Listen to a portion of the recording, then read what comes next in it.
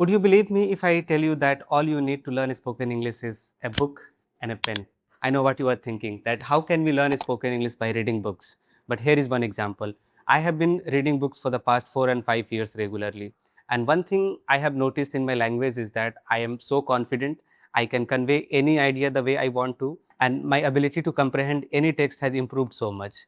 So if you are somebody who is struggling with reading, but you want to read, then after you watch this video, you will have a perfect roadmap. So make sure to watch the full video, and remember, you need a book and a pen. And if you are on my channel for the first time, my name is Roshan, and on this channel we learn spoken English. And how do we do that? We talk about books, films, and everything related to this language that can help us to become a fluent English speaker. So how can we use these two tools to improve our spoken English? First of all, this is a form of input. Reading is a form of input. So we have to add a thing called output, that is speaking. So the first step should be that you have to speak loudly. You have to read loudly. You don't have to shout. You have to speak loud enough so that you can hear your own voice. Because reading loudly is a tiresome job. You can't read more than 15 minutes, 20 minutes. After that, you feel like you have to take a break. So speak slowly, but loud enough so that you can hear your own voice. Second thing, I know that you may ask that, Roshan, if we are not able to pronounce the words, how am I going to pronounce the right words? So you can use this method. If you are a complete beginner, listen to the audiobooks at the same time. Play the audiobook very slowly, match the speed with your own reading speed, and then go ahead. You can use earphones, headphones, whatever you have. So that this way your pronunciation will also improve. Third, you have to use this thing. Whenever you come across any difficult word, a word that you are not familiar with, underline it. And don't stop there, keep on reading. After that, if you think that you are unable to pronounce a word, just circle it. Don't stop there, keep on moving. So this is very important. What happens that a lot of people feel like I'm not understanding the book, so I should take a break. No, you have to maintain a rhythm, because if you are breaking the rhythm all the time, then you will lose the interest. And again, your goal is not to finish this book. You want to understand English, you want to improve your comprehension, and you want to become a speaker. So have some patience. Read it first without breaking your rhythm. After you are done with it, now you will have to write the meanings in the margin of the book. What happens, a lot of people feel that they have to keep their books clean and neat. You are not going to learn like that. Obviously, you can keep a separate notebook, but that is one extra step. We will talk about that later part of the video. Write in the book itself. You don't have to worry about keeping it neat and clean. And also you can use this video as a shadow practice, because I will read 2 chapters from this book. There are total 7 chapters and you can read it in a single sitting, but for the sake of this video, I'll read only 2 chapters and I'll read them loudly so that you can just copy me. I'm not going to explain anything. I will just underline every word that I think might be useful for you. So once we are done with the video, I will also show you how I use ChatGPT as a vocabulary tool. I will put a simple prompt there, and then once I'm done, I will reread the story. So let's say if I have encountered some difficult words, I'll write it down in the margin itself. And before we start our shadow practice and reading practice, if anybody out there is looking for an online English community where you can learn with me and other learners, then you can reach out to me on my number. I have multiple batches and I'll say the details. I have read a couple of stories of Ruskin Bond when I was teaching in a high school. So let's get to know about the author, and the story is called The Blue Umbrella. Ruskin Bond has been writing for over 60 years and has now over 120 titles in print novels, collections of short stories, poetry, essays, anthologies, and books for children. His first novel, The Room on the Roof, received the prestigious John, I don't know how to pronounce this, so I'll circle it, award in 1957. He has also received the Padma Shri 1999, the Padma Bhushan 2014, and 2 awards from the Sahitya Academy, one for his short stories and other for his writings for children. In 2012, the Delhi government gave him its Lifetime Achievement Award. Born in 1934, Ruskin Bond grew up in Jamnagar, Shimla, New Delhi, and Dehradun. Apart from 3 years in UK, he has spent all his life in India and now lives in Mysore with his adopted family. Is this word called prestigious adopted family? And also the word I have circled here, it means that it's a name. So sometimes we are unable to pronounce a name, so it's not a big deal. You can just learn it once you are done with the book, if you find it necessary. And whatever words I have circled, we will talk about them once we are done with the reading. Nilu, Nilu, cried Binya. She scrambled barefoot over the rocks, ran over the short summer grass, up and over the brow of the hill, all the time calling Nilu, Nilu. Nilu Blue was the name of the blue grey cow. The other cow, which was white, was called Gori, meaning fair one. They were fond of wandering off on their own, down to a stream or into the pine forest, and sometimes they came back by wandering off, and sometimes they came back by themselves, and sometimes they stayed away almost deliberately, it seemed to Binya. If the cows didn't come home at the night time, Binya would be sent to fetch them. Sometimes her brother Biju went with her, but these days he was busy preparing for his exam and didn't have time to help with the cows. Binya liked being on her own, and sometimes she allowed the cows to lead her into some distant valley, and then they would all be late coming home. The cows preferred having Binya with them because she let them wander. Biju pulled them by their tails if they went too far. Binya belonged to the mountains, to this part of the Himalaya known as Garwok, Garwal. Dark forest and lonely hilltops held no terrors for her. It was only when she was in the market. If you want me to explain the Hindi meaning in the next video, I can do it. But today, just let's read together. I will be underlining anything that I find interesting enough. It was only when she was in the market town, jostled by the crowds in the bazaar, that she felt rather nervous and lost. The town 5 miles from the village was also a pleasure resort for tourists from all over India. Binya was probably 10. She may have been 9 or even 11. She couldn't be sure because no one in the village kept birthdays. But her mother told her she would been born during the winter when the snow had come up to the windows, and that was just over 10 years ago, wasn't it? 2 years later, her father had died, but his passing had made no difference to their way of life. They had 3 tiny terraced fields on the side of the mountain, and they grew potatoes, onions, ginger, beans, mustard, and maize, not enough to sell in the town, but enough to live on. Like most mountain girls, Binya was quite sturdy, fair of skin, with pink cheeks and dark eyes, and her black hair tied in a pigtail. She wore pretty glass bangles on her wrists and a necklace of glass beads. From the necklace hung a leopard's claw. It was a lucky charm, and Binya always wore it. Biju had one too, only this was attached to a string. Binya's full name was Binya Devi, and Biju's real name was Vijay, but everyone called them Binya and Biju. Binya was 2 years younger than her brother. She had stopped calling for Nilu.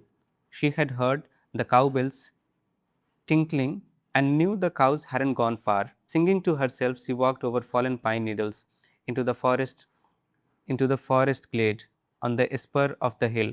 She heard voices, laughter, the clatter of plates and cups, and stepping through the trees, she came upon a party of picnickers. Came upon. They were holiday makers from the plains. The women were dressed in bright saris, the men wore light summer shirts, and the picnickers, admiring their clothes, listening to their unfamiliar accents, and gazing rather hungrily at the sight of all their food. And then her gaze came to rest on a bright blue umbrella, a frilly thing for women which lay open on grass beside its owner. Now Binya had seen umbrellas before, and her mother had a big black umbrella which nobody used anymore because the field rats had eaten holes in it. But this was the first time Binya had seen such a small, dainty, colorful umbrella, and she fell in love with it. The umbrella was like a flower, a great blue flower that had sprung up on the dry brown hillside. She moved forward a few paces so that she could see the umbrella better. As she came out of the shadows into the sunlight, the picnickers saw her. "Hello, look who is here," exclaimed the older of two women, a little village girl. "Isn't she pretty?" remarked the other. "But how torn and dirty her clothes are. It did not seem to bother them that Binya could hear and understand everything they said about her. Bother? Tall. They are very poor in the hills, said one of the men. Then let's give her something to eat. And the older woman beckoned to Binya to come closer. Beckoned. Hesitantly, nervously, Binya approached the group. Normally, she would have turned and fled, but the attraction was the pretty blue umbrella. Cast, it had cast a spell over her, drawing her forward almost against her will. What is that on her neck? Asked the younger woman. A necklace of sorts.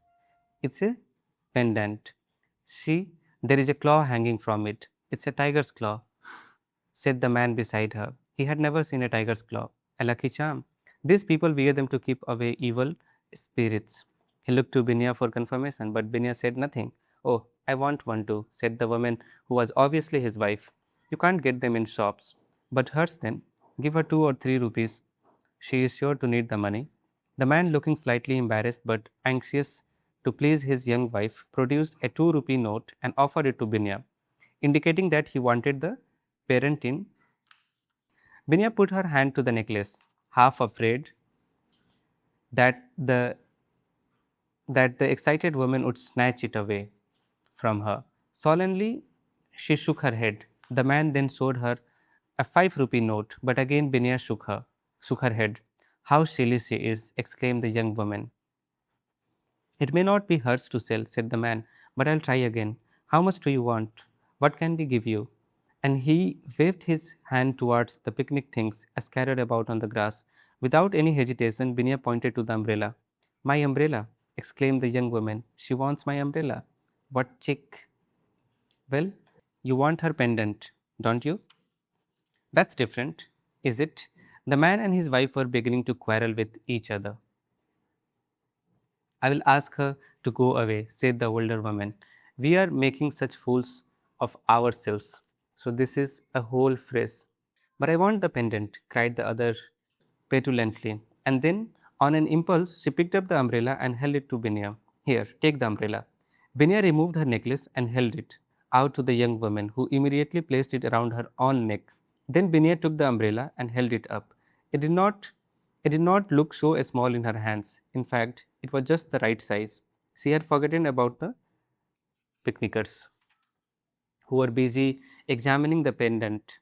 She turned the blue umbrella this way and that, looked through the bright blue silk at the pulsating sun, and then, still keeping it open, turned and disappeared into the forest glade. Chapter 2. Binya seldom closed the blue umbrella. Even when she had it in the house, she left it lying open in a corner of the room. Sometimes Biju snapped it shut, complaining that it got in the way. She would open it again a little later. It wasn't beautiful when it was closed.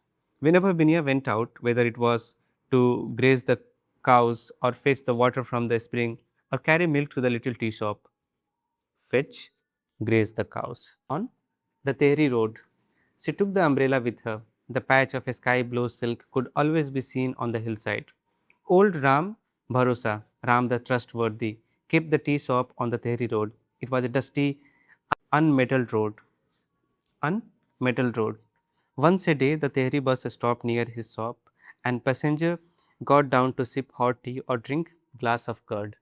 He kept a few bottles of Coca-Cola too, but as there was no ice, the bottles got hot in the sun and so were seldom opened. He also kept sweets and toffees, and when Banya or Biju had a few coins to spare, they would spend them at his shop. It was only a mile from the village. Ram Bharosa was astonished to see Binya's blue umbrella. What have you there, Binya? He asked. Binya gave the umbrella a twirl and smiled at Ram Bharosa. She was always ready with her smile and would willingly have lent it to anyone who was feeling unhappy. That's a lady's umbrella, said Ram Bharosa. That's only for Mem Sahibs. Where did you get it? Someone gave it to me for my necklace. You exchanged for your lucky claw? Binya nodded. But what do you need it for? The sun isn't hot enough and it isn't meant for the rain. It's just a pretty thing for rich ladies to play with. Binya nodded and smiled again. Ram Bharosa was quite right. It was just a beautiful plaything. And that was exactly why she had fallen in love with it. I have an idea, said the shopkeeper. It's no use to you, the umbrella. Why not sell it to me? I'll give you 5 rupees for it. It's worth 15, said Binia. Well then, I'll give you 10. Binia laughed and shook her head. 12 rupees, said Ram Bharosa, but without much hope. Binia placed a 5 paise coin on the counter. I came for a toffee, she said. Ram Bharosa pulled at his drooping, drooping whiskers, gave Binia a wry look, and placed a toffee in the palm of her hand. He watched Binia as she walked away along the dusty road. The blue umbrella held him fascinated, and he stared after it until it was out of sight. The villagers used this road to go to the market town. Some used the bus, a few rode on mules, and most people walked. Today, everyone on the road turned their heads to stare at the girl with the bright blue umbrella. Binia sat down in the shade of a pine tree. The umbrella, still open, lay beside her. She cradled her head in her arms, and presently she dozed off. It was that kind of day, sleepily, warm, and summery. And while she slept, a wind sprang up. It came quietly, swishing gently through the trees, humming softly. So you see, because of these words, we can feel the story that what exactly is happening. This is called descriptive English. As you can see in the picture also, the girl has fallen asleep. Why? Because the weather is warm and summery. And how do we feel during that time? Quite lethargic, don't we? So because of these descriptive words, we are able to feel the story, what exactly is happening here. Let's continue. Then it was joined by other random gusts bustling over the tops of the mountains. The trees shook their heads and came to life. The wind fanned, and Binia's cheeks, the umbrella steered on the grass. The wind grew stronger, picking up dead leaves and sending them spinning and swirling through the air. It got into the umbrella and began to drag it over the grass. Suddenly, it lifted the umbrella and carried it about 6 feet from the sleeping girl. The sound woke Binia. So, again, because of this descriptive language, we can see that how Binia woke up because of the sound. She was on her feet immediately, and then she was leaping down the steep slope. Leaping down steep slope. But just as she was within the reach of umbrella, the wind picked it up again and carried it further downhill. Binia set off in pursuit. The wind was in a wicked, playful mood. It would leave the umbrella alone for a few moments, but as soon as Binia came near, it would pick up the umbrella again and send it bouncing, floating, dancing away from her. The hill grew steeper. Binia knew that after 20 yards, it would fall away in a precipice. So also I am unable to pronounce it. She ran faster, and the wind ran with her, ahead of her, and the blue umbrella stayed up with the wind. A fresh gust picked it up and carried it to the very edge of the cliff. There it balanced for a few seconds before toppling over out of sight. Binia ran to the edge of the cliff. Going down on her hands and knees, she peered down the cliff face. About 100 feet below, a small stream rushed between great boulders. Hardly anything grew on the cliff face, just a few stunned bushes, and halfway down, a wild cherry tree growing crookedly out of the rocks and hanging across the chasm. The umbrella had stuck in the cherry tree. Binia didn't hesitate. She may have been timid with strangers, but she was at home on a hillside. She stuck her bare leg over the edge of the cliff and began climbing down. She kept her face to the hillside, feeling her way with her feet, only changing her handhold when she knew her feet were secure. Sometimes she held on the thorny bilberry bushes, but she did not trust the other plants, which came away very easily. Loose stones rattled down the cliff once on their way. The stones did not stop until they reached the bottom of the hill, and they took other stones with them, so that there was soon a cascade of stones, and Binia had to be very careful not to start a landslide. As agile as a mountain goat, she did not take more than 5 minutes to reach the crooked cherry tree, but the most difficult task, she had to crawl along the trunk of the tree, which stood out at right angles from the cliff.